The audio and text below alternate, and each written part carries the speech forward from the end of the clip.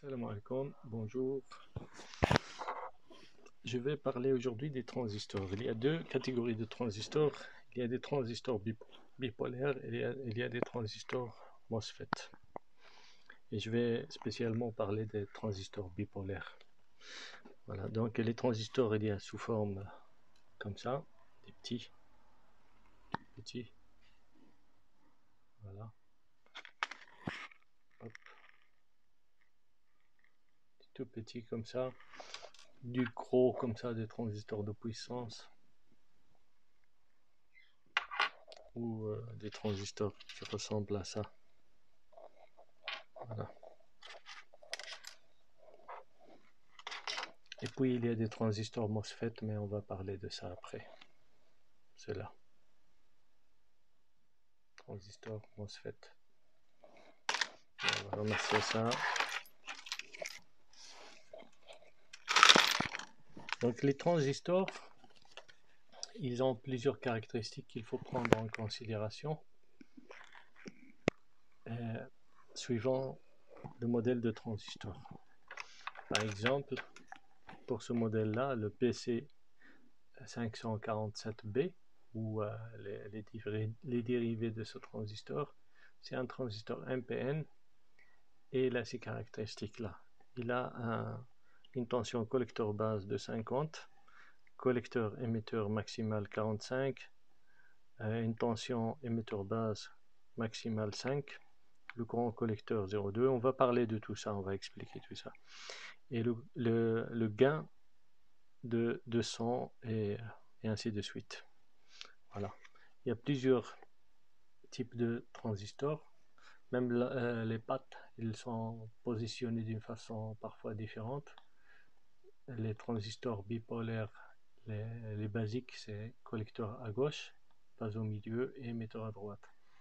Transistor de puissance, émetteur à gauche, collecteur au milieu et la base à droite. Il y a aussi ce qu'on appelle les Darlington, comme celui-là, Darlington et celui-là.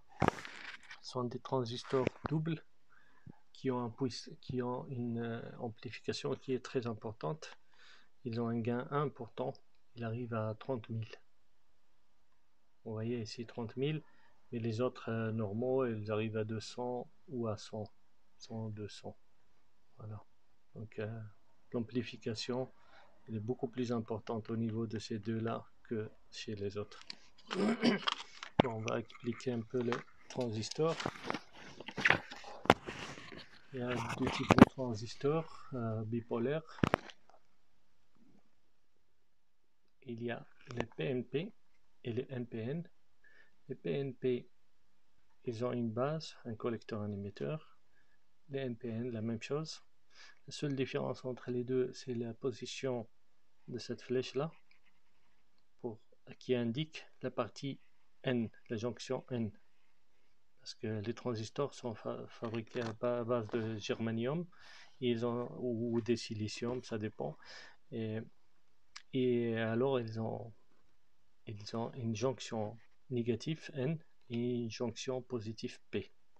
Pour le NPN, NPN, ça veut dire jonction N, jonction P, jonction N. Et pour le PNP, jonction P, jonction N et jonction P. Donc, c'est comme plus, moins, plus. Ici, moins, plus, moins. On peut les schématiser sous cette forme-là avec des diodes, ou celle-là pour ce transistor-là.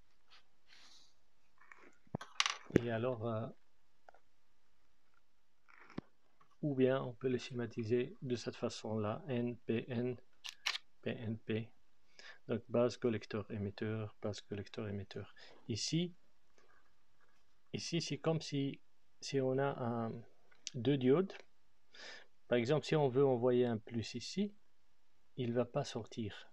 Il ne va pas pouvoir passer par là, il ne va pas pouvoir passer par là. Il bloque. Donc ici, on envoie un moins.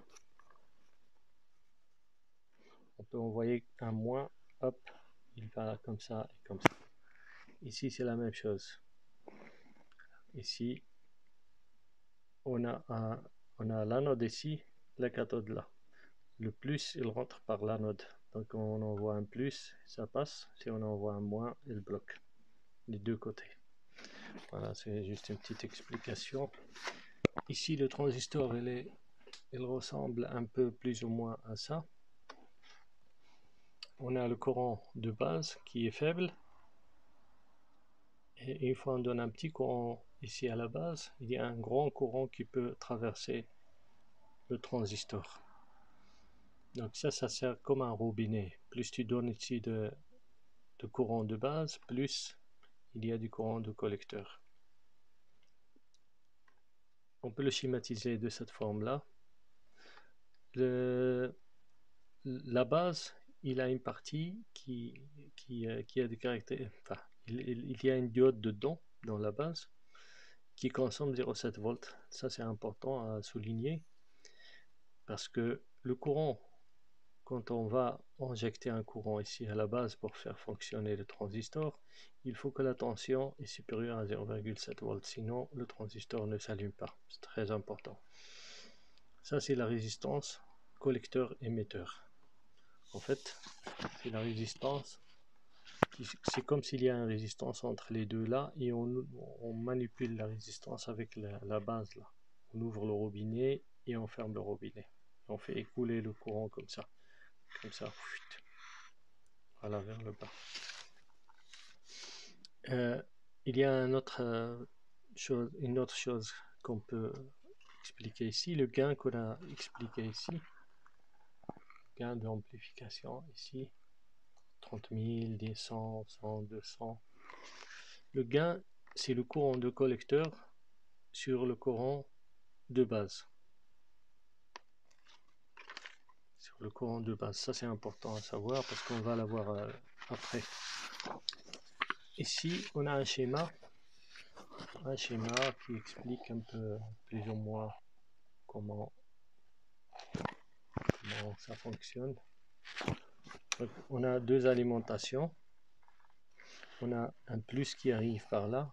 Il arrive à la jonction P positif.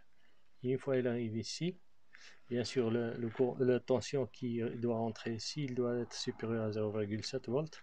Une fois le courant arrive ici, le transistor va s'ouvrir et le courant va circuler comme ça. Voilà. Et donc ça c'est la résistance de charge, c'est la partie qu'on va commander. Par exemple un relais ou une lumière ou une résistance avec une diode LED ou quelque chose. Voilà. Donc ça c'est le courant qui circule ici, c'est le courant collecteur parce qu'il est lié au collecteur. Et ça c'est le courant, il y a un courant qui circule ici, courant émetteur. Et là c'est le courant base. Ici, ça c'est très important pour mieux comprendre un peu le fonctionnement de transistor. Le transistor, au début, il ne conduit pas. Ça s'appelle la zone cut-off. Le courant de base est égal à 0. Il n'y a pas de courant. On n'a pas encore allumé ici. Et alors le courant du collecteur, ici au collecteur, il n'y a rien. 0. Il n'y a rien. Mais si on augmente, si on dépasse le 0,7 volts et on augmente le courant ici quelques milliampères ou quelques microampères, on voit que notre transistor commence à conduire. Il va y avoir un courant qui apparaît ici, qui circule comme ça, qui fait comme ça. Et plus on augmente le courant de base, plus le courant il augmente.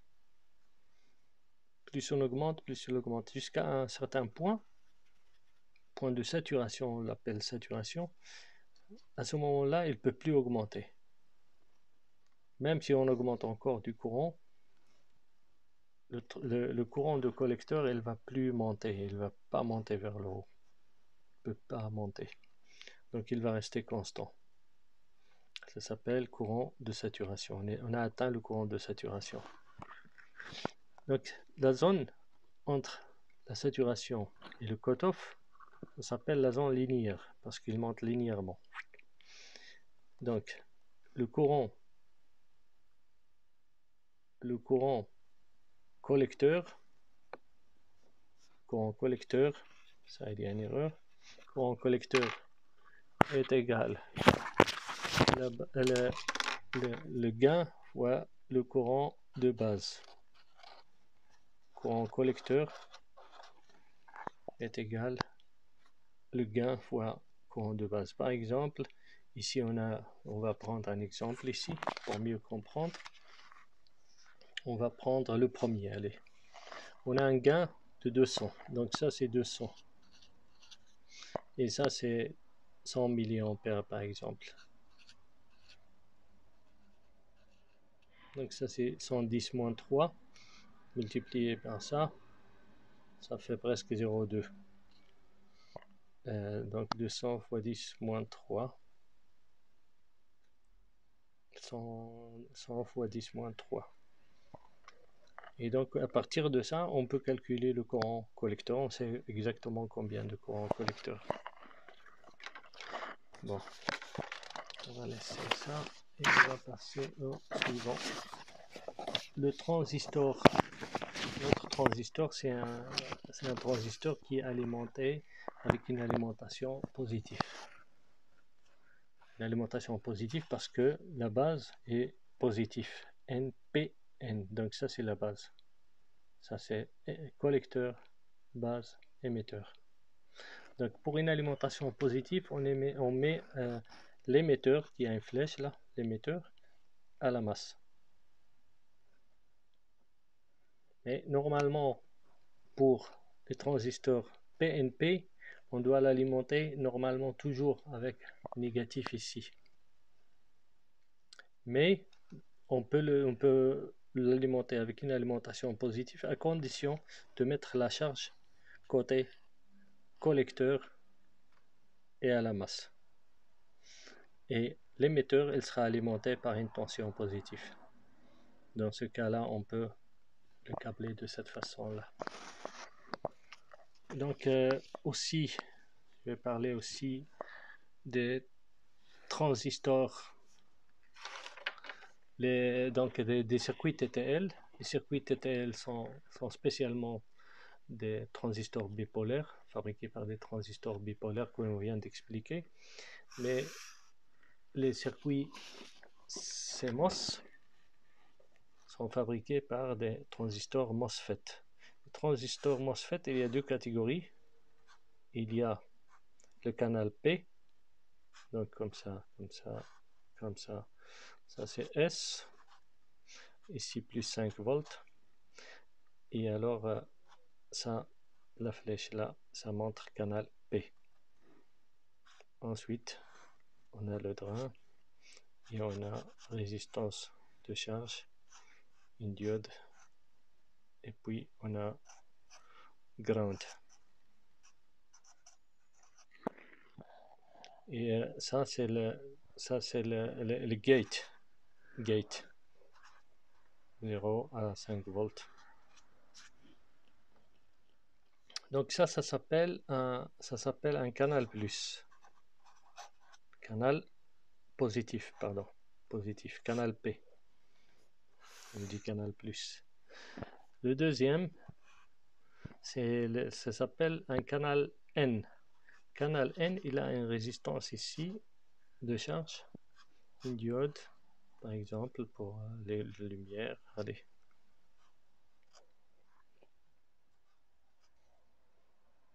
Qu'est-ce qu'on a dit? Diode. Et puis normalement il y a 3 lignes comme ça.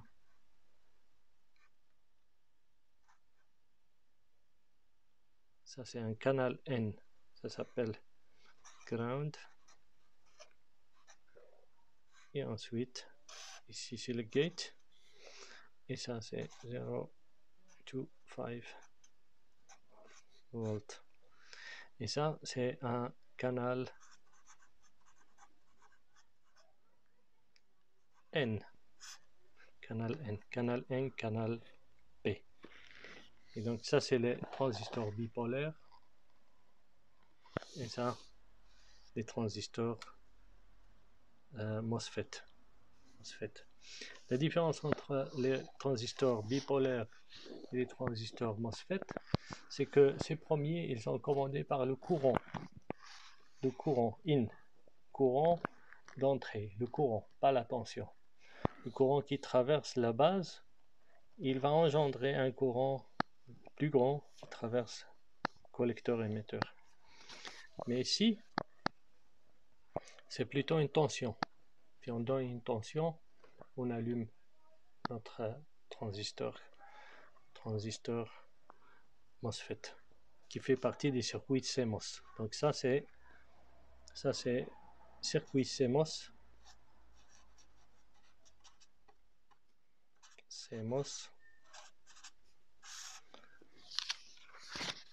Et ça c'est circuit TTL.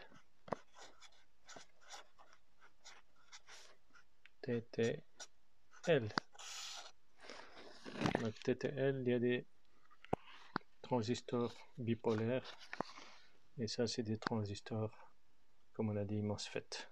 Voilà.